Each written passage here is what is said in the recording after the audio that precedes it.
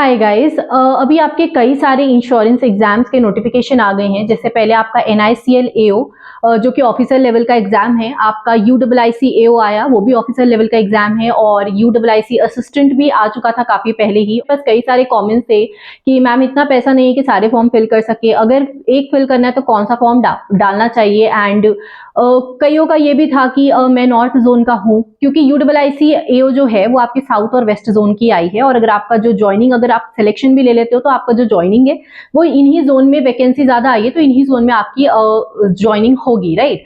तो ये इस तरह के क्वेश्चन से एग्जाम का लेवल और एग्जाम के लिए स्ट्रैटेजी क्या होनी चाहिए, मैं कोशिश करूंगी आपके सारे डाउट्स इस वीडियो में क्लियर कर दूं। हम जनरल वालों के लिए फॉर्म फीस काफी ज्यादा है, 1000 रुपए प्लस GST, ये बहुत ज्यादा होता है देखा जाए तो 1180 लगभग अप्रोक्स आपका ये पड़ जाएगा जो फॉर्म फीस है। तो आप एक चीज कर सकते हो, देखो आपका NICL AO हो गया और UIIC AO, ये दोनों में ही वैकेंसी काफी कम है, कोई बहुत ज्यादा वैकेंसी नहीं है। और अगर आपकी वैकेंसी कम है तो ये प्रोबेबिलिटी भी काफी कम हो जाती है आपके सिलेक्शन की, राइट। जो भी बाकी एस्पिरेंट्स है, जो आप एक एक्सपीरियंस के लिए एग्जाम देना चाह रहे हो कि मैं एक एग्जाम दे भी दूं, और मैंने आपको कल बोला था वीडियो में कि आपको ना फॉर्म डाल देना चाहिए, एटलीस्ट एक आध फॉर्म डाल देना चाहिए, और ना उस फॉर्म को ना एकदम सीरियसली लो कि यही मेरा एग्जाम है, मुझे इसी को अच्छे से देकर आना है, मुझे यही क्लियर करना है, इस तरह से सीरियसली लो।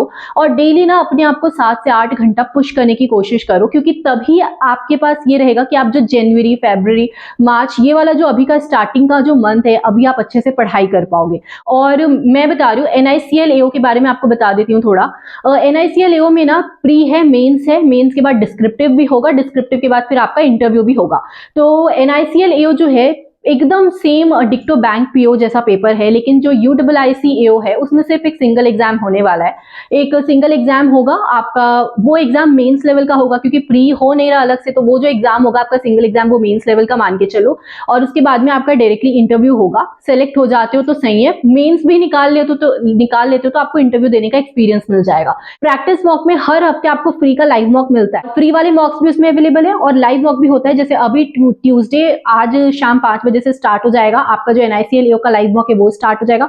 जाके मॉक लगा लो, आपको पता चल जाएगा पेपर का लेवल क्या होता है, पेपर का पैटर्न क्या होता है। जो उसका लेवल है अप्रोक्स वही लेवल आपका UIIC AO का भी रहेगा, तो ये सेम ही लेवल रहने वाला है, तो आप जाके वो लगा लो। एंड NICL में आपकी सेक्शनल टाइमिंग भी है, UIIC AO में आपकी सेक्शनल टाइमिंग नहीं है, आपको कंपोजिट टाइम मिल रहा है उसमें। लिंक मैं डिस्क्रिप्शन में डाल दूंगी, आप प्लीज जाकर वो मॉक लगा लो, एंड आप उसके बाद जज करना अपने आप को कि मुझे ये फॉर्म डालना चाहिए, नहीं डालना चाहिए। मैं अगर फॉर्म डालूंगी तो मैं UIIC AO का डालूंगी, क्योंकि एक ही एग्जाम में जाकर आपको पता चल जाएगा हो रहा है कि नहीं हो रहा है। और मैं आपको रेकमेंड करूंगी कि आप अपने आप को टेस्ट करने के लिए बस डाल रहे हो तो UIIC का फॉर्म डालना। क्यों? क्योंकि UIIC में वैकेंसी थोड़ी सी ज्यादा ही है जनरल की जो आई है आपकी, उससे NICL से ज्यादा है UIIC AO में। एंड सेकेंड चीज, आपका जो इसमें एक एग्जाम होगा वो मेंस लेवल होगा, मतलब आप जब एग्जाम देने जाओगे ना, आप सीधा मेंस लेवल का एग्जाम देकर आओगे, तो इसमें प्री का चक्कर नहीं है, आप सीधा जाके एक मेंस लेवल का एग्जाम एक्सपीरियंस करके आ जाओगे 2-2.5 घंटे का, जितने भी आज का पेपर होने वाला है। आपका जो इंश्योरेंस एग्जाम्स होते हैं, इनका जो एग्जाम का लेवल, इनका जो मेंस होता है ना, वो आप समझ लो SBI क्लर्क मेंस या RRB PO मेंस के लेवल का होता है।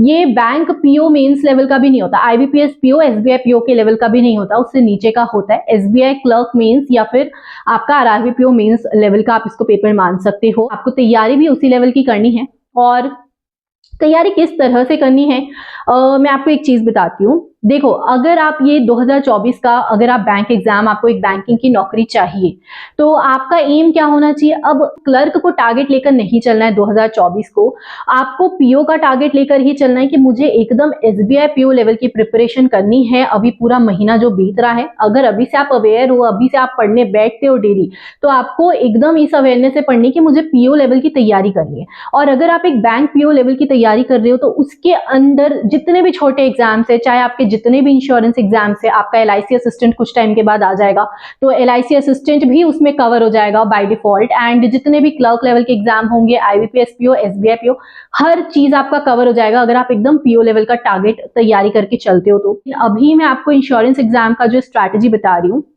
तो आपको जो मेनली फोकस करना है, 4 सब्जेक्ट्स अगर आपके हैं, कंप्यूटर है तो कंप्यूटर के लिए तो एक PDF आती है, ऑलिव बोर्ड की आती है, गाइडली की PDF से, तो कंप्यूटर तो आपका एक PDF से हो जाएगा, राइट। लेकिन इसके अलावा आप कंप्यूटर का पीडीएफ एक बार रीड करना, क्विजेस लगाना, क्वेश्चंस लगाना, वहीं से सॉर्टेड हो। कंप्यूटर बहुत ज्यादा वेटेज नहीं आ रहा है इन एग्जाम्स में।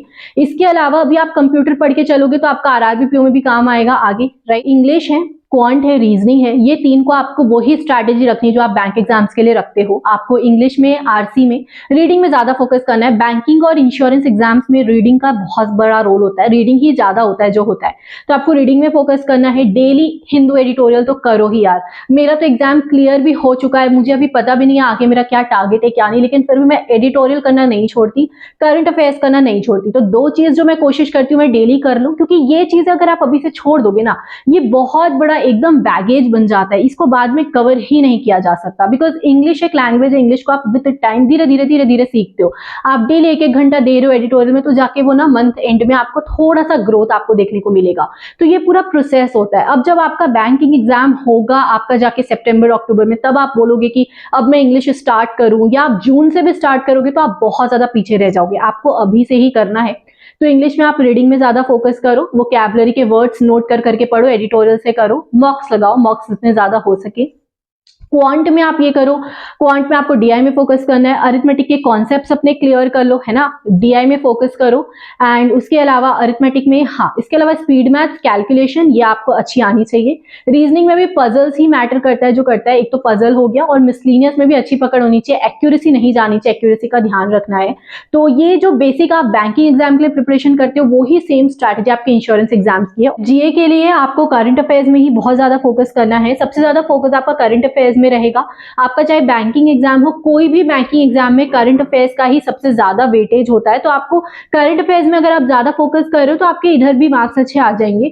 उसके अलावा इसमें आपको एक इंश्योरेंस प्लस फाइनेंशियल अवेयरनेस करना है। इंश्योरेंस फाइनेंशियल अवेयरनेस की आपको अगेन पीडीएफ मिल जाएगी। ऑलिव बोर्ड की पीडीएफ मैंने एक टाइम पे डाउनलोड की थी, मुझे याद था 8-10 पन्ने की वो पीडीएफ थी, और उसमें पूरा फाइनेंशियल अवेयरनेस और इंश्योरेंस अवेयरनेस पूरा आपका कवर हो गया था। अगर आपका मेंस क्लियर हो जाता है तो आपके इंटरव्यू में फॉर श्योर आपका ये इंश्योरेंस अवेयरनेस आपको ये पूछा जाएगा, क्योंकि आप इंश्योरेंस एग्जाम का इंटरव्यू देने जा रहे हो। तो ऑब्वियस है कि आपसे वो क्वेश्चन करेंगे कि इंश्योरेंस के जो बेसिक चीजें हैं, या फिर कोई अगर कोई फेमस स्कीम हो तो समथिंग लाइक दैट, तो आपको वो पीडीएफ कवर करनी पड़ेगी। उसके अलावा आप बस यही करना है, करंट अफेयर्स में बहुत ज्यादा फोकस करना है, डेली करंट अफेयर्स को फोकस करो, इतना आपका जीए के लिए रहेगा। आपको बोला कि आप एक पीओ लेवल की तैयारी करो, ये सारे जितने छोटे मोटे एग्जाम सारे बीच में, ये सब अपने आप उसमें बाय डिफॉल्ट कवर हो जाएगा। आपको कोई अलग से एकदम इसके लिए स्ट्रैटेजी नहीं बनाना है कि मैं अभी एनआईसीएल के लिए ये कर रहा हूं, फिर मैं यूडब्ल्यूआईसी के लिए ये कर रहा हूं। It should not be like that.